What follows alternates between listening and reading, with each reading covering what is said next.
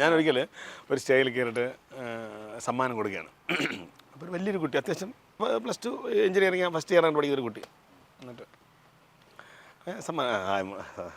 സമ്മാനം കൊടുത്തുകൊണ്ടിരിക്കുന്നു. അപ്പോൾ അങ്കിളിനെ എന്നെ മനസ്സിലായോ? ഇല്ല, ഞാൻ ഷീജയുടെ മോൾ അങ്കിളിൻ്റെ കൂടെ പഠിച്ച. ഞാൻ ഇങ്ങനെ വളരെ പ്രായമൊന്നും ആയാലും നിൽക്കായിരുന്നു. ഈ പെമ്പിള്ളർ നേരത്തെ കല്യാണം കഴിക്കണം, നമ്മളെന്താണ്? അല്ല, അത് പക്ഷേ കുഴപ്പമില്ല. ആലോചിച്ചൊക്കെ എൻ്റെ ശേഷാരുടെ പ്രായമൊക്കെ ഉള്ളൂ. അത് ഷീജ മനസ്സിലായി. എന്നോട് പ്രീ ഡിഗ്രിക്ക് പഠിച്ചത്. ഞാൻ പ്രീ ഡിഗ്രി എന്ന് പറയില്ല, +2.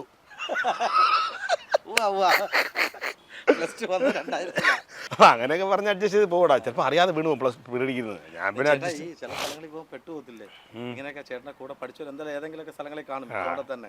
അപ്പൊ അവിടെ ചെല്ലുമ്പോൾ ചേട്ടൻ ഇങ്ങനെ യങ്ങായിട്ടൊക്കെ ഇരിക്കുമ്പോഴേ ചേട്ടൻ്റെ കൂടെ പഠിച്ചൊരു ചേച്ചി കുറച്ച് നരയൊക്കെ വന്നിട്ട് കുറച്ച് അല്ല, നിന്റെ ഉദ്ദേശം എന്താണ്? അല്ല, പറയാ ഇങ്ങനെ ആൾക്കാർ നിൽക്കുമ്പോഴേ വെളിയിരിക്കുമ്പോൾ, എടാ അനീഷ എനിക്ക് എന്നെ നിനക്ക് പരിചയമുണ്ടോ? പക്ഷേ ഭാഗ്യത്തിന് കേട്ടോ അങ്ങനെ ഒരു സംഭവം ഇതുവരെ ഉണ്ടായിട്ടില്ല കേട്ടാ. നമ്മുടെ അവിടെ പയ്യന്മാരെല്ലാം ചുള്ളന്മാരാണ്. അവന്മാരെല്ലാം അത്യാവശ്യം ബോഡിയൊക്കെ നോക്കി അന്തതായിട്ട് നിൽക്കണം. അതെൻ്റെ പുണ്യം. പിന്നെ എൻ്റെ കൂടെ ഒരു വേർത്തനുണ്ടായിരുന്നു. അപ്പോൾ ഒരു ബിജു, അവൻ്റെ മുടിയെല്ലാം പോയി ചെറിയ നരയൊക്കെ വന്നു. ഞാൻ ഇവിടെ നീ ഞാനുമായിട്ട് യാതൊരു ബന്ധമില്ല, നിൻ്റെ ഏറ്റവും ഇളയനെയുണ്ടല്ലോ അവനും ഞാനുമാണ് കൂട്ടുകാരായിട്ട് ബന്ധമില്ല, നമ്മളെ പഠിച്ചിട്ടേ ഇല്ല. നീ അവിടെ വന്നിട്ട് അളിയ ഒന്ന് വിളിക്കരുത്, മച്ചമ്പി ഒന്നും വിളിക്കരുത്, അനിയ എന്ന് വേണേൽ വിളിച്ചോ. ചുമാറിനാണ്. അല്ല ചേട്ടാ, ചില വേദികളിൽ പോകുമ്പോഴേ ഞാൻ പറഞ്ഞു വന്നെന്ന് വെച്ചാൽ അവരൊക്കെ നിൽക്കുന്ന സമയത്ത് അനീഷ എന്തുകൊണ്ട് വിശ്വാസം എന്നൊക്കെ ചോദിക്കുമ്പോൾ പെട്ടെന്ന് നമ്മൾ എന്തായിരിക്കും ചേട്ടാ റിയാക്ഷൻ? പക്ഷേ അത് കൂടെ പഠിച്ചവരെ കാണാൻ ഭയങ്കര സന്തോഷമാണ്, അഭിമാനമാണ്. കാരണം അതൊക്കെ ഒരു വലിയ നിമിഷങ്ങളാണ്. ഇപ്പോഴും എൻ്റെ 1ാം ക്ലാസ്സിൽ കൂടെ പഠിച്ച് ഞാൻ ഇപ്പോഴും ദുബൈയിൽ പോയപ്പോഴത്തേക്ക് അവനാണ് എന്നെ ഒന്ന് പിക്ക് ചെയ്യുക. റിഗീതൻ രാജേഷ്. ഞങ്ങൾ 5 വയസ്സുള്ള സമയത്ത് കൂട്ടുകാവുന്നതാണ്. രാജേഷ് ഇപ്പോൾ ഇവിടെ അഡ്വക്കേറ്റാണ് ആറ്റിങ്ങിൽ, റിഗീതൻ ഗൾഫിലാണ്. അപ്പം ഞങ്ങൾ ബിജു എന്നൊക്കെ പറയുന്നതൊക്കെ ഞങ്ങൾ ഈ 4-5 വയസ്സ് തൊട്ടുള്ള കൂടെ ഇപ്പോഴും എൻ്റെ സൗഹൃദം വെച്ചാൽ അതൊക്കെ തന്നെയാണ്. ഇൻഡസ്ട്രി വന്ന് എനിക്ക് അധികം സൗഹൃദങ്ങളൊന്നുമില്ല. എല്ലാവരുമായിട്ട് നല്ല കൂട്ടാണ്, ആരുമായിട്ടും ദേഷ്യമില്ല, പണക്കമില്ല. പക്ഷേ എൻ്റെ ഏറ്റവും മനസാക്ഷി സൂക്ഷിപ്പുകാരെന്നോ അല്ലെങ്കിൽ എൻ്റെ കൂടെ ചേർന്ന് നിൽക്കുന്നവരെന്ന് പറഞ്ഞാൽ ഇവരൊക്കെ തന്നെയാണ് ഇപ്പോഴും. അവരുടെ ഇൻ്റർവ്യൂ എടുക്കണം, യഥാർത്ഥ കാര്യം അറിയാനായിട്ട്. ചേട്ടൻ്റെ കാര്യങ്ങൾ കുറച്ച് അറിയണം. ചേട്ടാ, ഇപ്പം ചേട്ടൻ പറഞ്ഞല്ലോ ഈ വയസ്സിൻ്റെ കാര്യം പറഞ്ഞല്ലോ. മമ്മൂക്ക ഒരു വേദി നിന്നപ്പോൾ മമ്മൂക്കയുടെ കൂടെ പഠിച്ച കുറേ പേര് അതിനകത്ത് ഉണ്ടായിരുന്നു. അപ്പോൾ മമ്മൂക്ക പറഞ്ഞതെന്ന് വെച്ചാൽ അവർക്ക് ടെൻഷൻ കൊണ്ട് മുടി നരച്ചു, എനിക്ക് ടെൻഷനില്ല, ഞാൻ അതുകൊണ്ടാണ് ഇപ്പോഴും യങ്ങായിട്ടിരിക്കുന്നത്. അവരെ നോക്കുമ്പോഴും മമ്മൂക്കയെ നോക്കുമ്പോൾ നമ്മൾ ഒത്തിരി വ്യത്യാസങ്ങൾ, കാര്യം 70-70+ ആയിട്ടുണ്ട്. അപ്പോൾ ആ ഒരു വ്യത്യാസം എന്ന് വെച്ചാൽ ചേട്ടനെ കാണുമെന്നല്ല പറഞ്ഞേട്ടോ. അപ്പോൾ ആ സ്റ്റേജിൽ കാണുന്ന പോലെ ഫീല് ചേട്ടനെ എനിക്ക് കാണുന്നത് വെച്ചാൽ ചേട്ടനിപ്പോൾ ഒരു 45 വയസ്സ് കാണും, 40. എടാ, ഇതിലൊക്കെ എന്തിരിക്കുന്നത്? ഇതാണോ ഇന്ത്യ അഭിമുഖീകരിക്കുന്ന ഏറ്റവും വലിയ പ്രശ്നം? അല്ല, എനിക്കറിയാൻ തന്നെ. അല്ല, ഞാൻ കറങ്ങിത്തിരിഞ്ഞ് അതിലേക്ക് വന്നല്ല.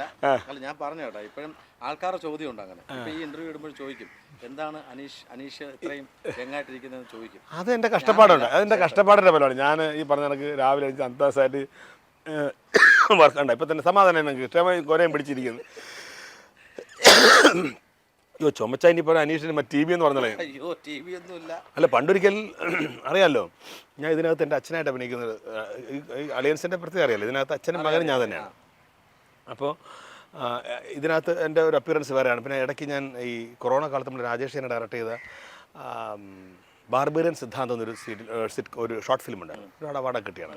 അതിനകത്ത് ഞാൻ നരയൊക്കെ വന്ന് മൊത്തത്തിലുള്ള ഭയങ്കര ബോഡിയൊക്കെ ഇങ്ങനത്തെ ഇരുന്ന് ഫുൾ ഇതായിട്ട് മുടിയൊന്നും ഇല്ലാത്തൊരു സാധനമാണ് ചെയ്തത്. നല്ലൊരു സംഭവം. ഞാനൊരു ബാർബറായിട്ടാണ് ചെയ്തത്. അപ്പോൾ അതിൻ്റെ ഫോട്ടോസ് വന്നപ്പോഴത്തേക്ക് യൂട്യൂബിൽ ഒരിക്കൽ വന്നിരിക്കുകയാണ്. അത് നടൻ അനീഷ് ചെവിയുടെ ഇപ്പോഴത്തെ അവസ്ഥ കണ്ടോ? നിങ്ങൾ കണ്ടോ?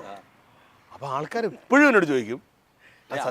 അത് സംഭവിച്ചാൽ ജൂൺ 1 ഈ ഡോക്ടേഴ്സ് ഡേക്ക് എന്നോട് ഒരു ഇൻ്റർവ്യൂവിൽ ചോദിച്ചു, മറക്കാനാകാത്ത എന്തെങ്കിലും ഈ ഡോക്ടേഴ്സുമായിട്ടുള്ള എന്തെങ്കിലും ബന്ധമുണ്ട്. അപ്പോൾ ഞാൻ പറഞ്ഞു, എനിക്ക് പണ്ടൊരു ഈശ്വർ സാറിനെ പരിചയമുണ്ടായിരുന്നു. എനിക്ക് തലവേദന വന്ന സമയത്ത് അദ്ദേഹം എന്നെ ഭയങ്കരമായിട്ട് കെയർ ചെയ്തിരുന്നു. അപ്പോൾ ഞാൻ സർജറി എന്നൊക്കെ പേടിച്ചിരുന്നു. പക്ഷെ ഒന്നുമില്ലായിരുന്നു, അദ്ദേഹം എന്നെ വളരെ ക്യൂർ ചെയ്ത് വിട്ടു എന്ന് പറഞ്ഞു.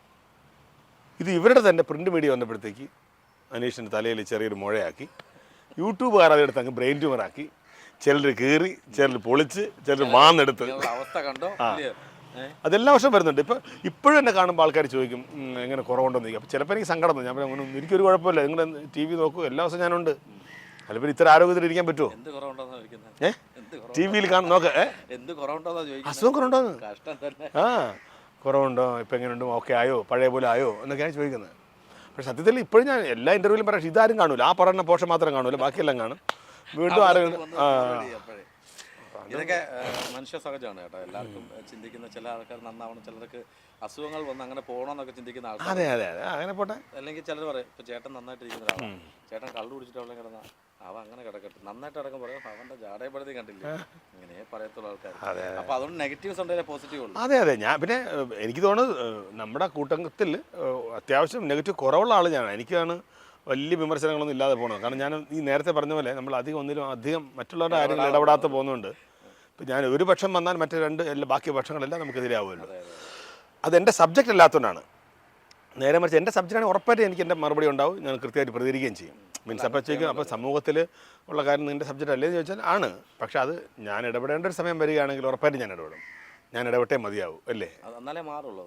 ആ ഒരു കാര്യത്തിന് ക്ലാരിഫിക്കേഷൻ കൊടുക്കുക. അതെ അതെ അത് തീർച്ചയായിട്ടും. അതിപ്പോൾ എന്ത് ഇഷ്യൂ ആണെങ്കിലും ശരി തന്നെ. പ്രത്യേകിച്ചും രാഷ്ട്രീയം അത്തരം കാര്യങ്ങളൊന്നും എനിക്ക് വലിയ അങ്ങനെ ഒരു താല്പര്യമുള്ള ഒരാളല്ല ഞാൻ. എനിക്ക് വലിയ ആകെ എനിക്കറിയാവുന്നുള്ളത് ഈ അഭിനയവും ഇതിൻ്റെ കാര്യങ്ങളും ആങ്കറിങ്ങും ഇങ്ങനെയുള്ള കാര്യങ്ങൾ മാത്രമേ എനിക്കറിയാവുന്നുള്ളൂ. ഈ മേഖലയിൽ എന്തൊക്കെ ചെയ്യാൻ പറ്റും അതൊക്കെ ചെയ്തുകൊണ്ടിരിക്കുന്ന ആളാണ് ഞാൻ. അതിനുവേണ്ടി ഓരോ കാര്യങ്ങൾ ചെയ്തുകൊണ്ടിരിക്കുന്നു, പഠിച്ചുകൊണ്ടിരിക്കുന്നു. അങ്ങനെ ഇനി മുതൽ ചേട്ടാ സത്യം ചെയ്യണം, കൈവേ ചേട്ടാ, ഇനി മുതൽ ഞാൻ വേദിയിൽ പോയാൽ ഞാൻ വൺ മാൻ ഷോ മാത്രമേ ചെയ്യുള്ളൂ. ആങ്കറിങ് അനീഷ് കൊടുക്കും. ആങ്കറിങ്ങും അനീഷ് തന്നെ ചെയ്യും. അനീഷ് ഖാൻ രസത്തിന് പറഞ്ഞാണ്. ചേട്ടൻ്റെ ഷോസ് ഒക്കെ ഇനിയും എന്നെ വിളിക്കാന്ന് പറഞ്ഞിട്ടുണ്ട്. നമ്മൾ 1-2 ചെയ്തിട്ടുള്ളൂ. ആഗ്രഹങ്ങളുണ്ട് ചെയ്യാനായിട്ട്. തീർച്ചയായിട്ടും വിളിക്കുന്നുള്ള പ്രതീക്ഷയോടുകൂടി തന്നെ നമ്മുടെ പ്രേക്ഷകരോട് ചേട്ടൻ എന്താ പറയാനുള്ളത്? ഒന്നുമില്ല, വളരെ സന്തോഷമുണ്ട്. കാരണം ഞാൻ അനീഷ് എന്നെ വിളിക്കുമ്പോൾ തന്നെ ഞാൻ പറഞ്ഞിടാം പുതിയതായിട്ടൊന്നും പറയാനില്ല. ഈ 1-2 സിനിമകളുടെ കാര്യമുണ്ട് പറയാൻ, പക്ഷേ സിനിമ ഇറങ്ങിയിട്ട് പറഞ്ഞാൽ മതി എന്ന് പറഞ്ഞു.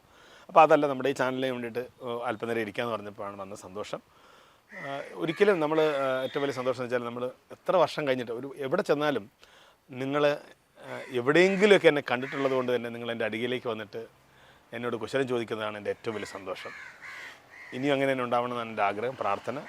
കുട്ടിക്കാലം മുതൽ എൻ്റെ ഏറ്റവും വലിയ ആഗ്രഹം എല്ലാവർക്കും ഇഷ്ടമുള്ളൊരു നടനാവുക എന്നുള്ളതാണ്.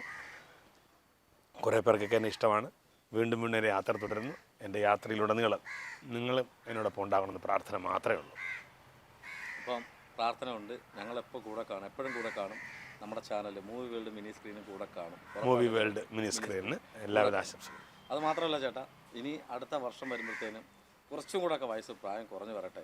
ഉറപ്പായിട്ടും വരും, കുറയ്ക്കണം. എന്നിട്ട് കുറേ സിനിമകളിലേക്ക് ഉടക്കം എന്ന് പറയുന്ന ചേട്ടൻ്റെ ഒരു ആധിപത്യമായി മാറിയിരിക്കുകയാണ്. ചേട്ടൻ്റെ മാത്രം ഒരു മേഖലയായിട്ട് മാറിയിരിക്കുകയാണ്. അതിനകത്ത് വലുതായിട്ടൊന്നും ഞാൻ കാണുന്നില്ല ആരും. അങ്ങനെ തന്നെ പോട്ടെ, സിനിമയിലേക്ക് നന്നായിട്ട് വരട്ടെ. ഒരു പിന്നെ ഈ പറഞ്ഞത് അവാർഡൊക്കെ ഒരുപാട് ഇനിയും മേടിക്കും. അതിന് സാധനം മീൻസ് നമ്മൾ ഒരു കാര്യം സത്യത്തിൽ ഭാഗ്യതാണ്. നമ്മൾ അഭിനയിച്ച സീരിയലിലോ സിറ്റ്കോം ആണെങ്കിലും എല്ലാം 1000 കഴിഞ്ഞങ്ങ് പോകുന്നുണ്ട്. 3000ങ്ങളുടെ ഒരു നിറവിലാണ് നിൽക്കുന്നത്. ആ 1000ന്റെ കൂടെ ചെറിയൊരു ബ്ലാക്ക് ലേഡിയോ അങ്ങനെ ആരെങ്കിലും കയ്യിൽ കിട്ടട്ടെ എന്ന്. ബ്ലാക്ക് ലേഡി മനസ്സിലായി. അപ്പൊ അത് കിട്ടട്ടെ എന്ന് ആത്മാർത്ഥമായിട്ട് പ്രാർത്ഥിക്കുന്നു. ഒരുപാട് സന്തോഷം. താങ്ക് യു സോ മച്ച് ചേട്ടാ. Once again thank you so much. Thank you Aneesh. Thank you so much. Thank you movie world team.